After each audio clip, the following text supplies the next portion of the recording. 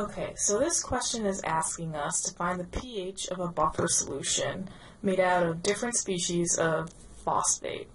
So the student made a buffer solution by mixing 20 mL of 0.035 molar H3PO4, 35 mL of 0.04 molar potassium dihydrogen phosphate, 25 mL of a 0.04 molar potassium phosphate solution, and 20 mL of distilled water. So let's first look at the species we have. We have H3PO4, we have KH2PO4, but you can forget about the Ks. That's going to be a spectator ion. So think of this as H2PO4 minus. Similarly with this here, you can forget about the Ks and think of this as HPO4 3 minus. Okay. So if this was like a previous equilibrium question we were doing, we'd probably be only given H3PO4 and H2PO4 minus, because they can be in equilibrium with each other. H3PO4 and H2PO4 minus. They freely go back and forth exchanging a proton here. However, if this was the case, you can just solve it with a normal ice table. However, we have this bothersome phosphate ion here. And this you can see is not in equilibrium with either H2PO4 minus or H3PO4. So we only have one option in order to deal with this PO4 3 minus. It can only fully react with either this or this. So before we do any full reactions, we need to remember that those are done in moles. So our first step here is just going to calculate our starting moles of each of these species. So let's do that real quick. So you remember that molarity times volume is equal to your number of moles. So this is going to come out to be this number here for H3PO4. And remember, these values are for at the start before you react. So these are really your initial mole values.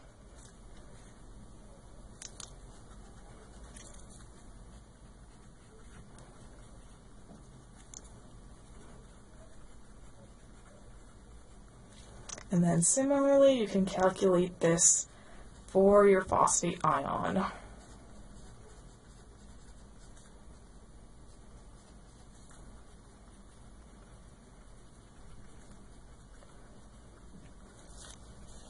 Okay, so now we know our starting moles of everything. We know these two guys can be in equilibrium, but this clearly can't. And we know a full reaction is going to happen. So our next question is, what is going to react? So phosphate can react with H3PO4, or it can react with H2PO4 minus. So we need to figure out which one's going to happen first. And the way you figure this out is by asking yourself which is the strongest acid and which is the strongest base. Because the strongest acid will react with the strongest base first, and then the next strongest acid will react, and so forth. So to determine the strongest acid, you want to look at your Ka values. Your strongest acid is going to have the highest Ka value, and you can see that here, 10 to the minus 3 opposed to 10 to the minus 8 or 10 to the minus 13. This means that your acid is going to be dissociating way more than, when I say acid, I meant H3PO4 is going to be dissociating a lot more than either of these two acids. So we know now, based on Ka, that H3PO4 is our strongest acid.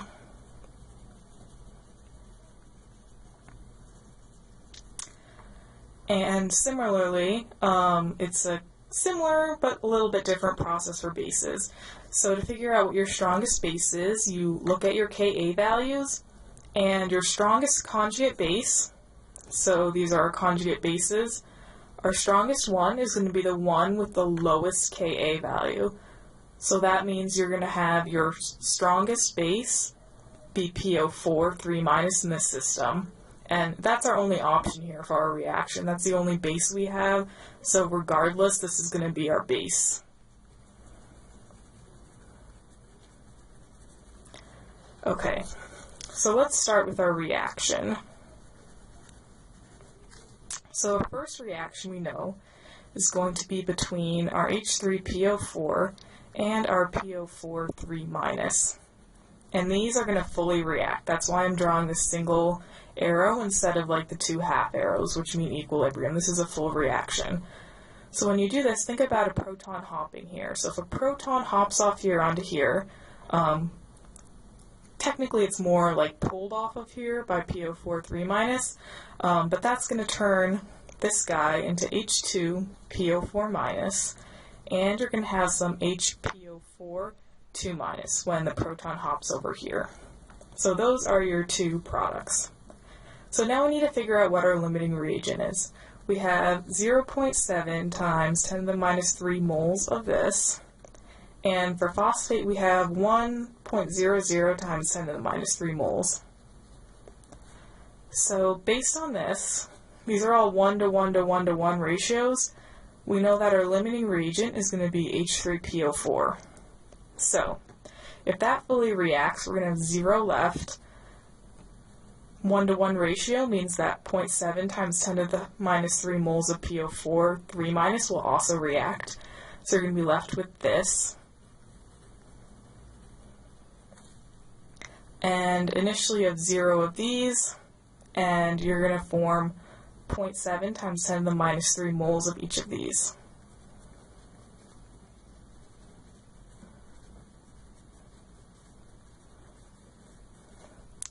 Okay, so now we know what we just formed and what was reacted away. So now we don't have any H3PO4-.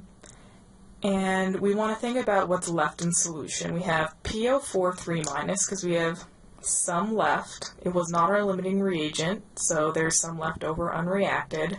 We also have some H2PO4- that we formed. We also have a little bit of this that we haven't reacted yet. From up here, and we have some HPO4 2- that we formed.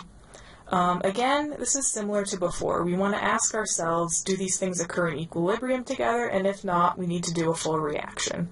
So clearly up here, H2PO4- and HPO4 2- are in equilibrium together. So if those were the only two things, we just set up a nice table and go from there. But we have, again, PO4 3- which, although it's in equilibrium with HPO4 2- that we have here, it is not in equilibrium with H2PO4-. So we know we're going to have a reaction between these two things.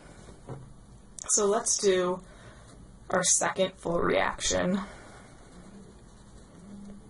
So this time it's going to be between H2PO4- and PO4 3-.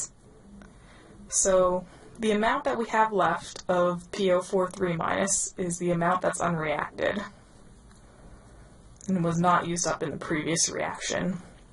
The amount of H2PO4- that we have left is going to be what we formed plus the amount that we haven't reacted yet that was initially in solution. So when you add those together, you get 2.1 times 10 to the minus 3 moles. And what's that going to form? Think about the proton hopping. If you make a proton hop over here, you're going to have one HPO4 2- here, but you're also going to form HPO4 2- here when the proton jumps off. So that's 2 HPO4 2-. Again, this is just a full reaction, 1 to 1 to 2 ratio now. So we need to figure out what our limiting reagent is. So clearly here, 1 to 1 ratio, this is much less, so this is going to be the limiting reagent. So after the reaction, you're going to have 0 left. You're going to have 2.1 minus 0.3 times 10 to the minus 3 moles here. So that's going to be 1.8 times 10 to the minus 3 moles. And that is going to form 2 times this number because of our stoichiometric ratios. That's going to be 0.6 times 10 to the minus 3 moles. Okay, cool. So now we need to again evaluate what we have in solution.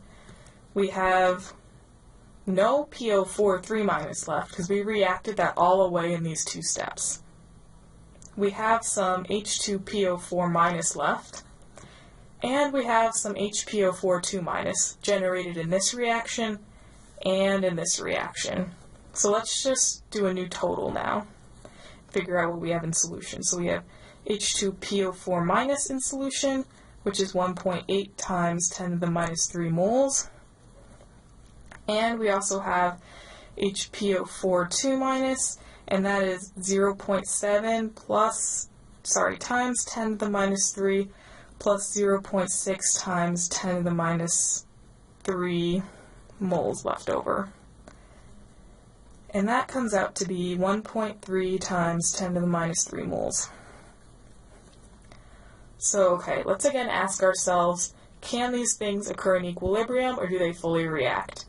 Clearly these two are in equilibrium. This is Ka2 right here. So now we proceed with normal ice. Remember, you can only use ice tables once you've boiled everything down to two species that can be in equilibrium together, which we've done here. So, we could solve it. One way to solve this is using an ice table. But another way to solve this is to make an assumption.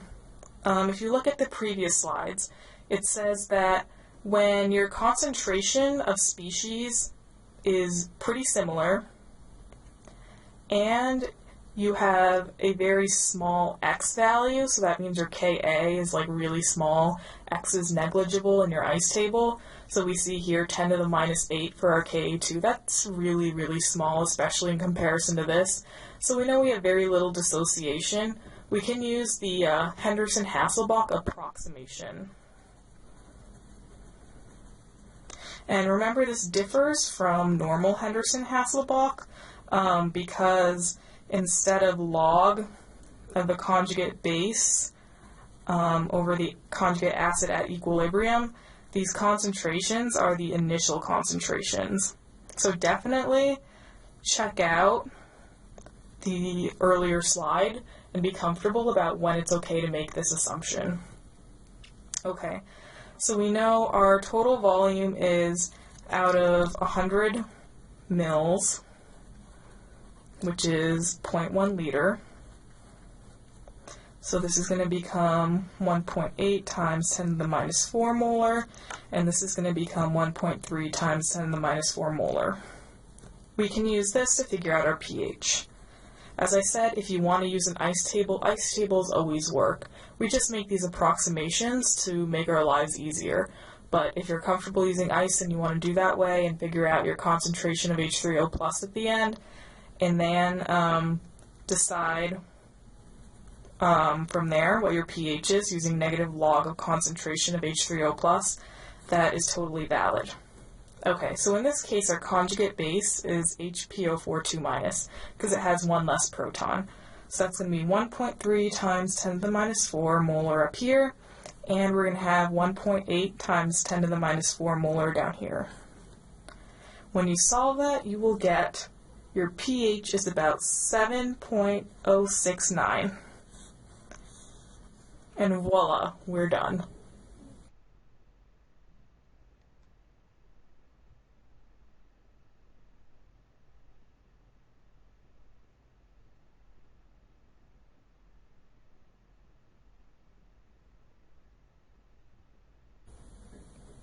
Okay, so this is your classic design a buffer question.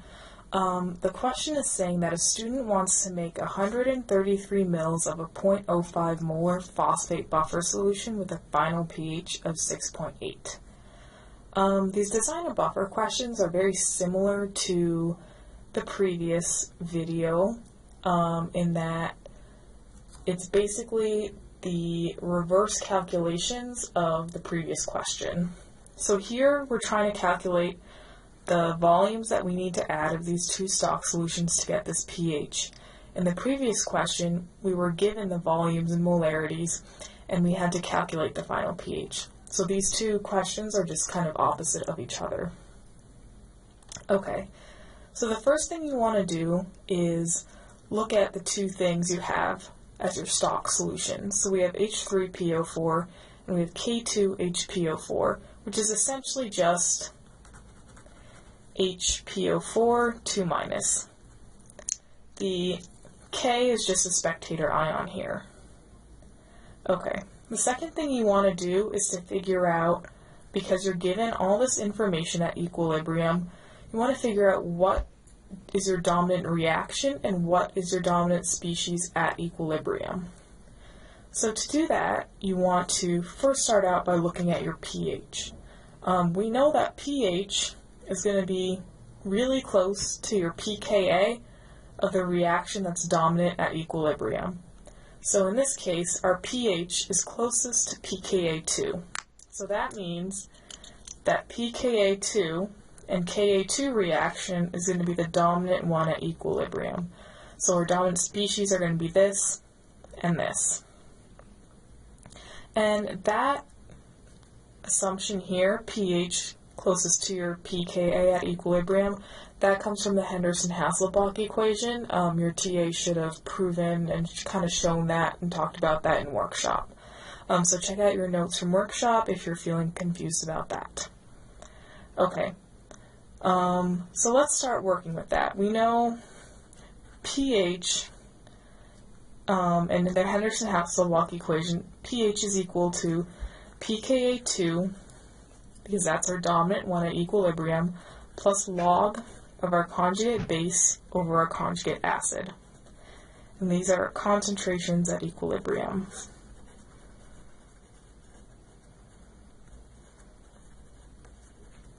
Okay, let's start plugging in what we know. We know our pH is 6.8, and we know our pKa2 is 7.21, because we're working with the second reaction here. And we don't know what these concentrations are.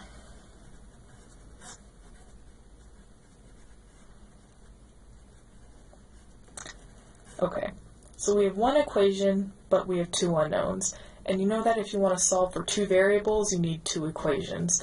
So there must be some other equation or some other piece of information that we can use to write an equation to solve for this. So the other piece of information that's given is that your final phosphate molarity, so the total concentration of phosphate species at equilibrium, is 0.015 molar. So that means that since these two things are your dominant species at equilibrium, that the sum of their concentrations must equal 0.015.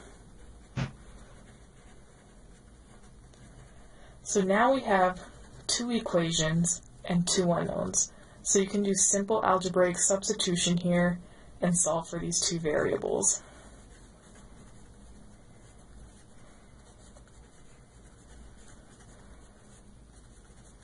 Okay. When you crunch those numbers, you'll get the following. So for H2PO4-, you get 0.0107988 molar, and HPO4-, you get 0.004202 molar. Okay. Now you want to figure out if your equilibrium species correlate at all with your stock solutions that you mix initially. So you can see here that HPO4-, is indeed one of your stock solutions. So whatever is remaining at equilibrium was just excess or is unreacted at equilibrium, left over from the start. However, we have some H2PO4-, which is not one of our starting materials here. So we know that the only way to generate H2PO4- is by full reactions between these two things. And because we're going to be dealing with full reactions to generate this, let's turn these numbers into moles, because moles are always used for full reactions. Molarity is used for ice tables. Okay, so we can get our moles by multiplying by our volume. And when you do that, for H2PO4-, you will get 0.00144 moles.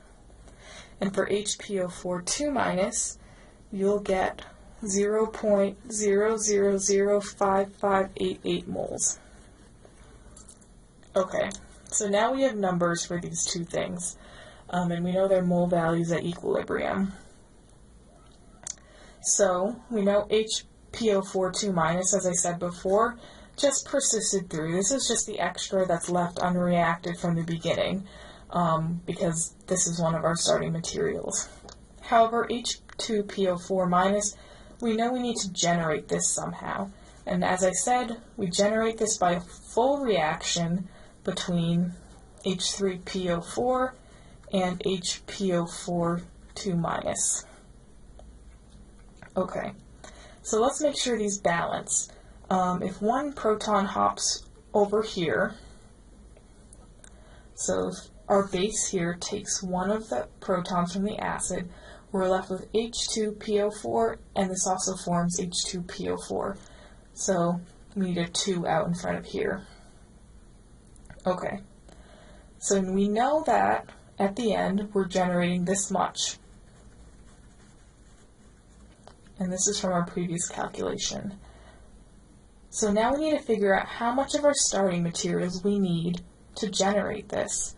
And you can do this just with simple stoichiometry. This is a 1:2 ratio, so you need this much HPO4 2 minus at the start. And similarly, you also need that same mole amount of H3PO4. Okay, so this much was formed, and it was formed by these two substances.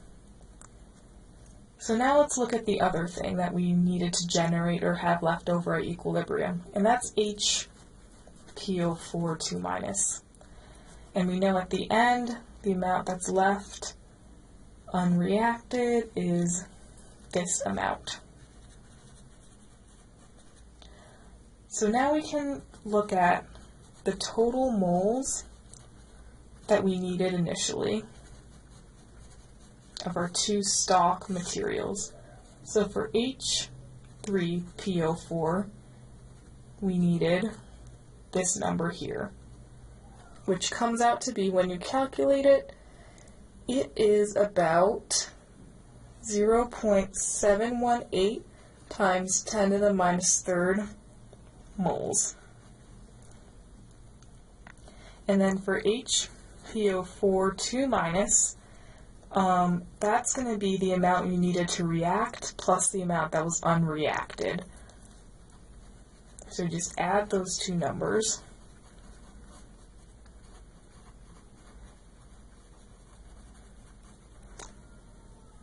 And that will come out to be about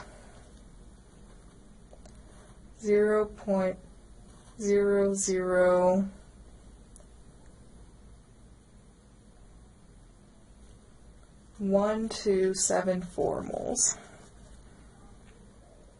Okay, so now we know the moles of our starting materials that we need, but the question is asking the volumes. So to get from moles to volume, you divide by the molarity. So for H3PO4, it's 0.02 molar. And for HPO4 2 minus, we have 0.03 molar.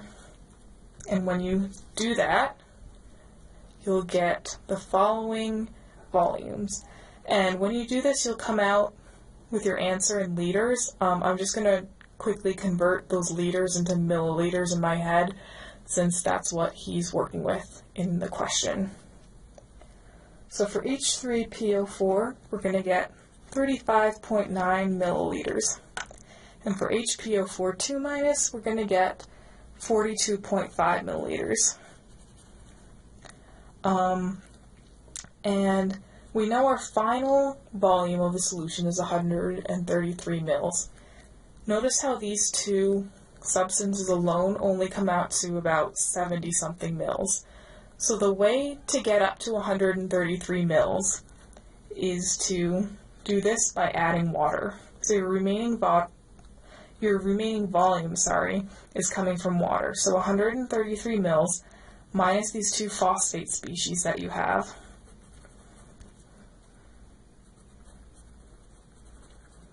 Will give you your volume of water that you need to add. In this case, it comes out to 54.6 milliliters. So now you know to make your buffer, you need to mix the following: 35.9 milliliters of 0.02 molar H3PO4. You know you want 42.5 milliliters of 0.03 molar HPO4 2-, which is really K2HPO4, because that's the form he gives you initially. And your final volume is going to be from water, 54.6 mils of water. And that will give you your buffer with 0.015 molar and a pH of 6.8 and a total volume of 133 mils.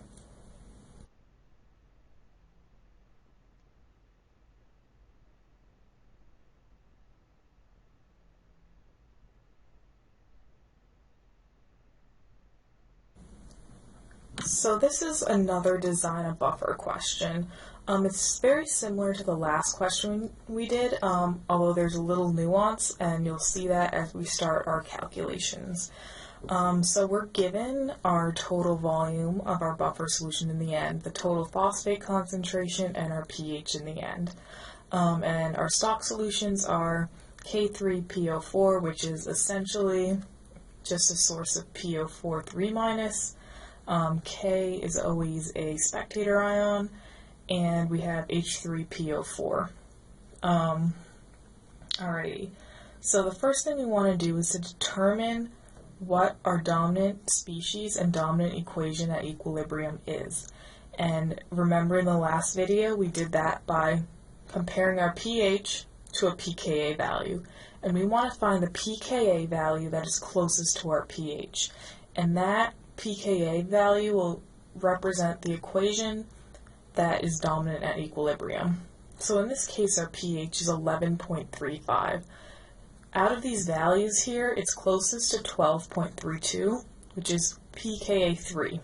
So we know our last equation here is going to be dominant at equilibrium, and these are going to be our dominant phosphate species. So now that we've determined that, we can start working with Henderson-Hasselbalch. In this case, our conjugate base is PO4 3-, and our conjugate acid is HPO4 2-.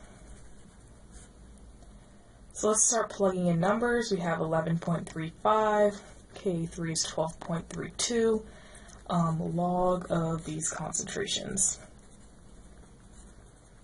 And you'll notice here that we have one equation, two unknowns, which is bad. We can't solve for two variables with one equation. So we have to find another piece of information in the question that we can use to write a second equation with these variables so that we can solve. So our second equation is usually going to be dealing with our total molarity at equilibrium. So this is total molarity of phosphate species at equilibrium, and we know our phosphate species in this case are PO4 3- and HPO4 2-.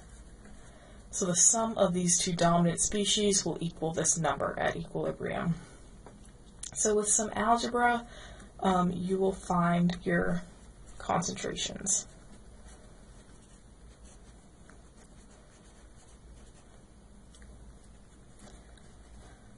So when you crunch those numbers, you will get for HPO4 2-, 0.01864 molar, and for PO4 3-, you'll get 0.0019360 molar. Okay, now we know what we have in the solution at the end in terms of species. We want to ask ourselves, do any of these species resemble any of our starting materials? So phosphate here at the end is one of our stock reagents. So this amount here will just be left over unreacted from the start. We have HPO4 2-, however, which is not one of our stock solutions up here. So that means we need to generate it. And the only way to generate this is by full reaction between these two species. And the last question after this step, we just dove right into generating the species we need. In this case, however, this is the twist. We're in a highly basic solution. We have pH of 11.35. So a highly basic solution is like pH 9, 10, 11, 12, 13, so on. So we know that we have a lot of OH minus in solution. And the way you produce OH minus is when you have a conjugate base, a strong conjugate base, I should say, reacting with water. So this equation should look very familiar because this is your equation for Kb. And notice that we're producing some OH minus here.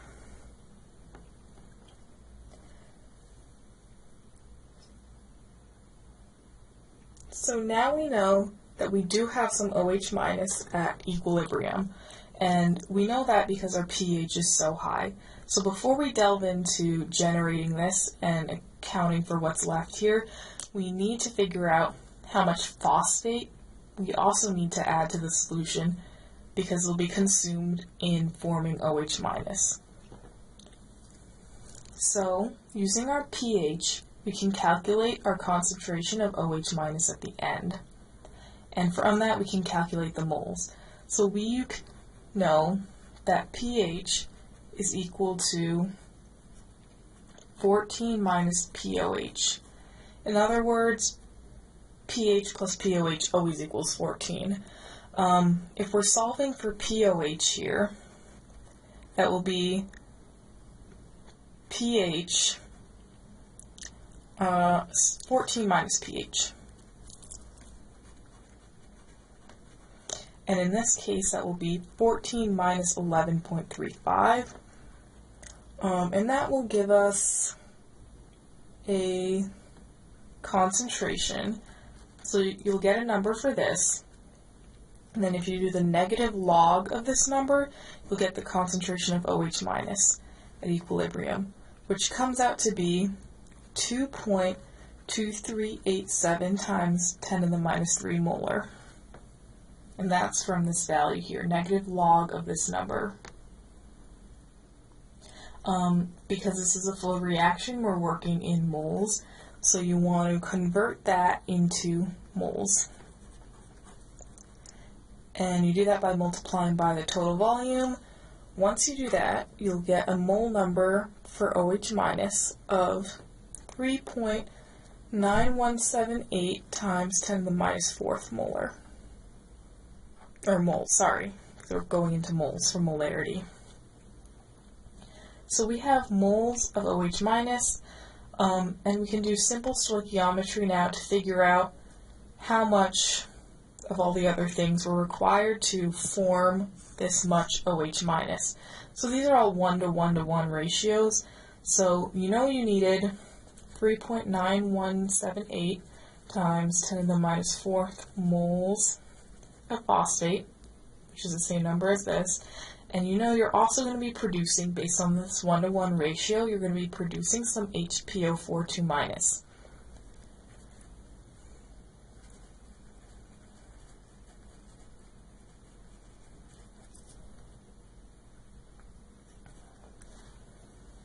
Alrighty. So now we need to generate the species that we didn't have initially. So now we're going back to the same steps as in the last question. So the only way to get this species, HPO42 minus, was a full reaction between these. So we're going to be reacting some PO4, H3PO4, with some PO4 3 minus. And when you do that, you want to balance this in a way so that you only get HPO4 2 minus. And to do that, you can have 2 phosphates. One each will pull off 1 proton, and you'll get a total of 3 HPO4 2 minus remaining. 1 proton will go to one, 1 proton will go to the other, and you'll be left with an HPO4 2 minus here. So 3 in the end. So from this, we know that in the end we need a molar amount of this. So let's quickly, I should have done this before, but we'll do it quickly now, transfer our molarities into moles. Because full reactions, always in moles, right? Okay, so for PO4 3 minus, you're going to get 0.0003388 moles. And for HPO4 2-, you're going to get 0.00311612 moles. Okay, so back to this down here, our full reaction. We know at the end, so at equilibrium, we have 0.00311612 moles. And this is, again, how the whole caveat, the difference between this question and the last question. Some of this HPO4 2- here was generated when you were producing the OH- up here. So the amount from this reaction is the amount left at the end minus the amount generated from this reaction up here.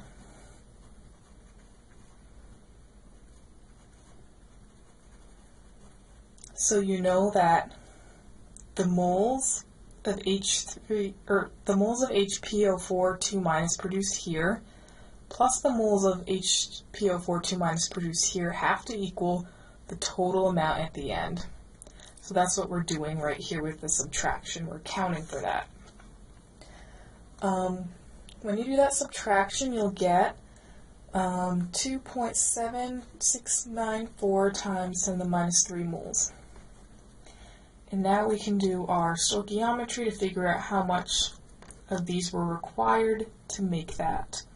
This is a 1:3 ratio, so 1/3 times this number.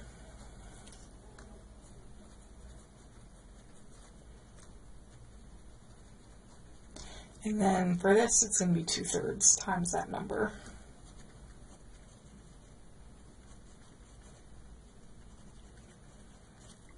Alrighty, so now we're ready to tally up everything we have here and figure out what volumes of stock we needed. Because now we know the moles of stock, now we need to go into volumes of stock.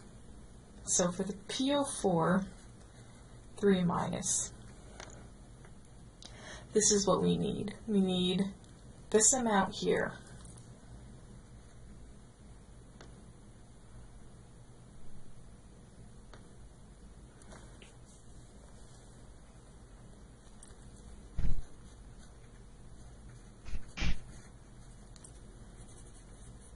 And you're going to add this to the amount that you needed to react to create this. So you needed some phosphate to create the OH-, you needed some phosphate to create this in the end.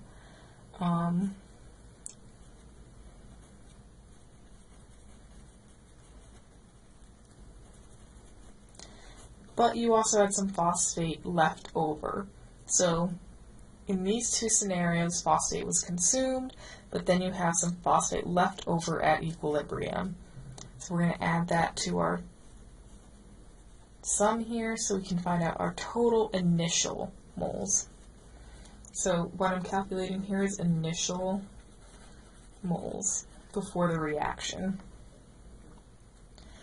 So when you add that up, you'll get 2.5768 times 10 to the minus 3 moles. And this is for PO4 3-. For your HPO4 2-, you're going to have the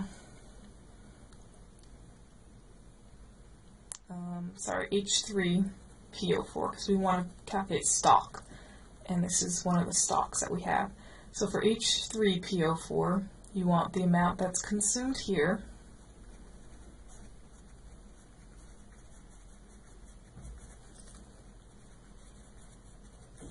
and H3 PO4- isn't remaining at the end at all, so you don't need to worry about any that's remaining.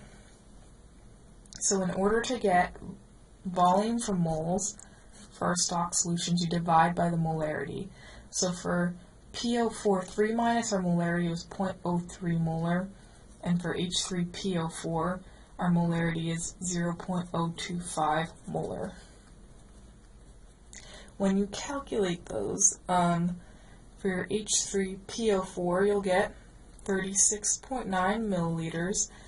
When you divide this, you'll get liters. I'm just quickly calculating and turning that into milliliters. It'll be easier in the end.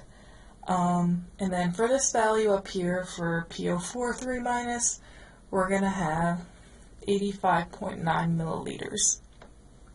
And remember at the end, you always want to check and see if these things add up to your total solution volume. In this case, this is not going to reach 175 mils. So you know you need to add some water as well to reach this final volume. So you do 175 milliliters, your total, minus the 2 parts that you know.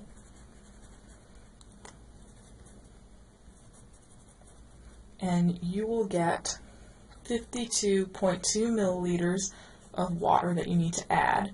So in order to make this buffer, you need to mix the following. You need to mix 85.9 milliliters of K3PO4, which is at 0.03 molar. You need to mix 36.9 milliliters of H3PO4, which is at 0.025 molar. And you need to mix 52.2 milliliters of water. And you will get the buffer with a pH of 11.35, a molarity of 0.02, and a final volume of this. And just remember the difference between this and the last question is that this is at such a high pH that we need to account for the fact that OH- is being produced, because OH- creates this really high pH. So we must have a lot of it in solution, and it has to matter. So we need to take that into account in our calculations here.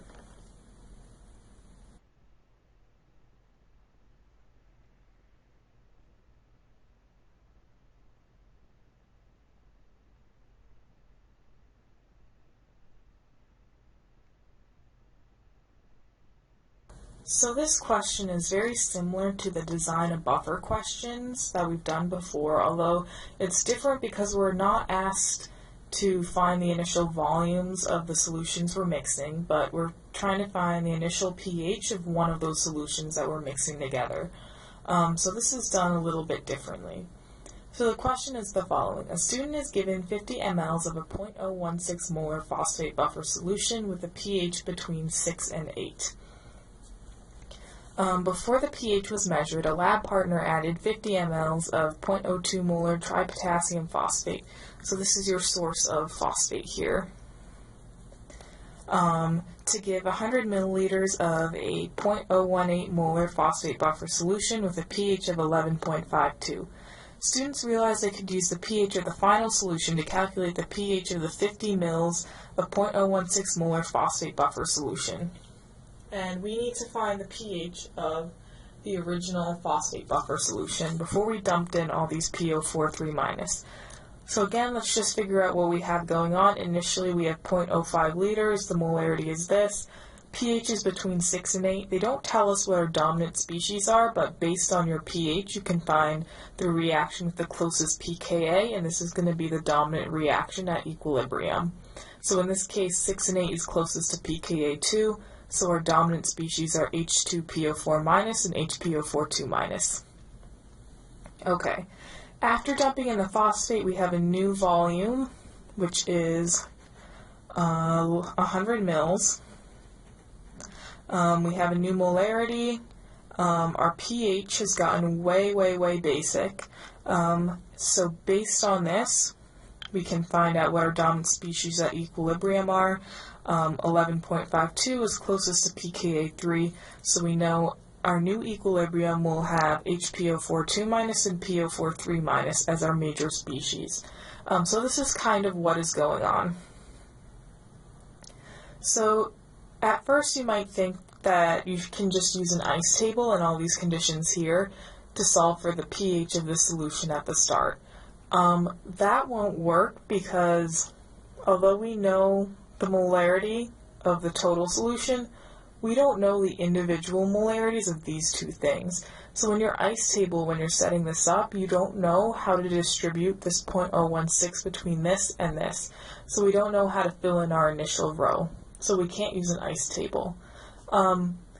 So we need to use all this information at the end and kind of work backwards to figure out what our initial pH of the starting solution was. So anytime you're starting to work backwards, it's always good to try using the Henderson-Hasselbalch equation and see what information that gives you and where you can go from there.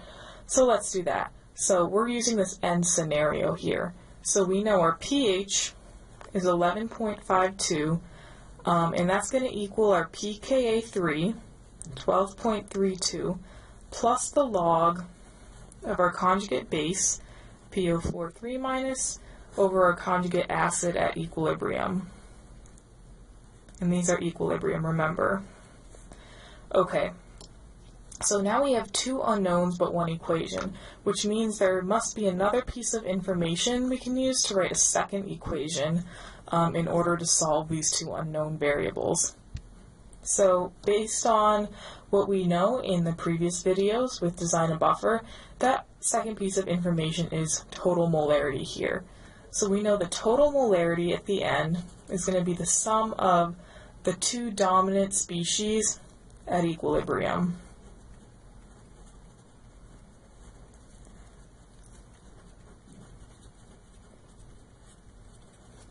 Okay, so now you can do some simple algebra and solve for these molarities. And as soon as I get these molarities, I'm going to turn them into mole values by multiplying by the total volume, just because anytime we're working backwards, we're usually doing full reactions, so we want to be able to work in moles.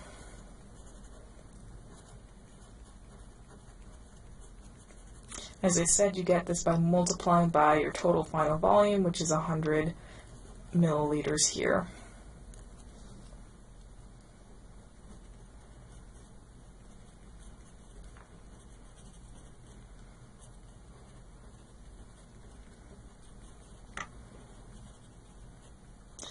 Alright, so now we know the mole values of our dominant species at the final equilibrium.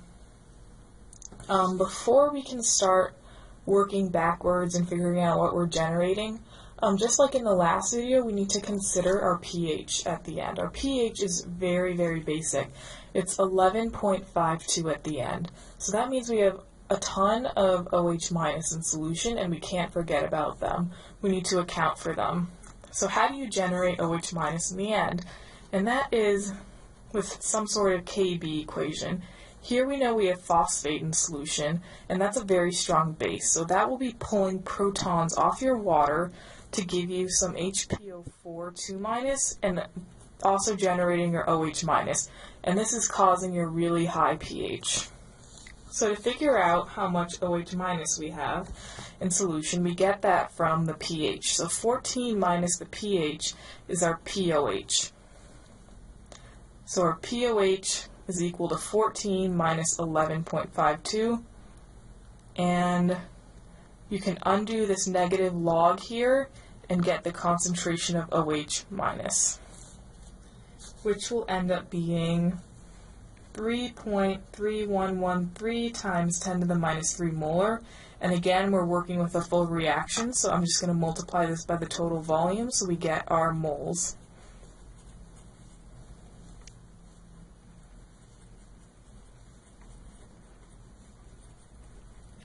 Okay, because this is a 1-to-1-to-1 ratio, I know that this amount of moles is also going to be produced here for HPO4 2-, so we know we're producing 3.3113 times 10 to the minus 4 moles of this, and also we're going to be consuming this same number here via phosphate. So now we know how much phosphate we need just to generate this OH-. We also know we have some phosphate left over at the end, giving us this equilibrium concentration. So let's just do a quick tally of the phosphates and see what information that gives us. So for our phosphates, And this is just a tally to keep track. So we know initially our phosphate solution alone was this much for volume and molarity.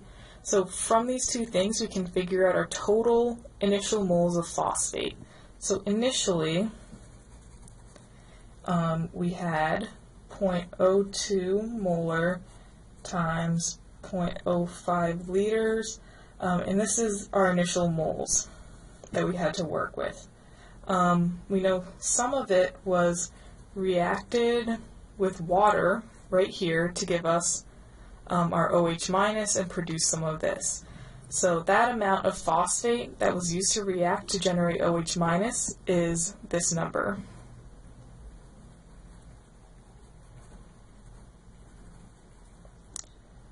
And we also know we have some phosphate remaining at equilibrium, giving us this equilibrium concentration in the end.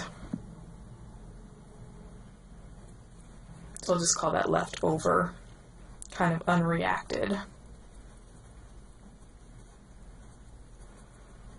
So what does this tell us? This will tell us the amount of PO4 3- that reacted with H2PO4-, and that H2PO4- is in this other stock solution that we had. So we know the remaining amount of phosphate here is the amount that reacts with this. So if you do that subtraction, you will get your final mole value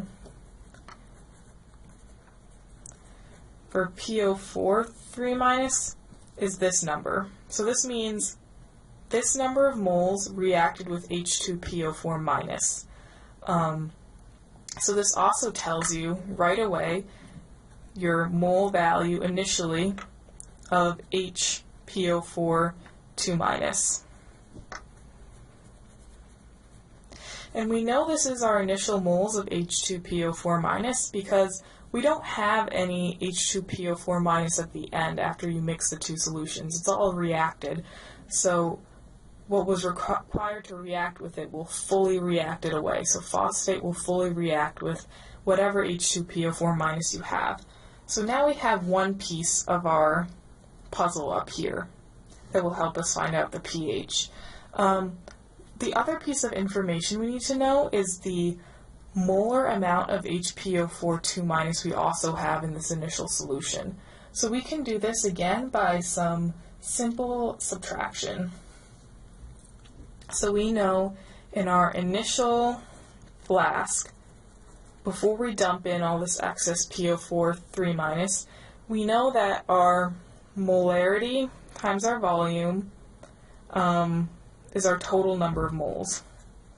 And this is total number of moles of any phosphate species present. And in this case, our phosphate species present are these two guys. So this is our total phosphate moles.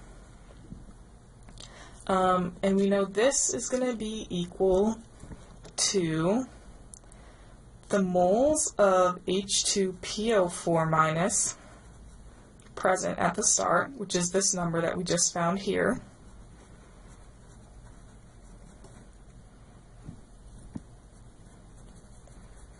plus the moles of HPO4 2-, which is what we're trying to solve for, so we don't know what that is. So when you solve for x, you will get 3.7743 times 10 to the minus 4, moles of HPO4 2- in your initial solution. And as I said, this is before you dump in all this PO4 3-. So now we have our two missing pieces. So now we can find our pH of our original solution, because we have our two missing pieces, which were the moles or concentrations of the dominant species at equilibrium.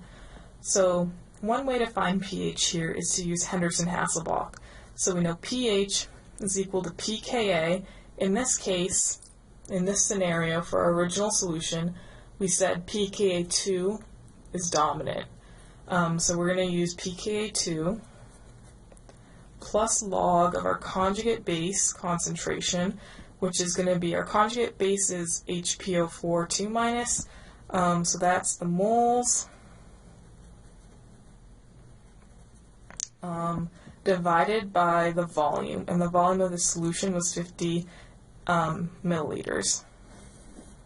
And then this will be divided by the moles divided by the total volume of the conjugate acid, which is H2PO4 minus.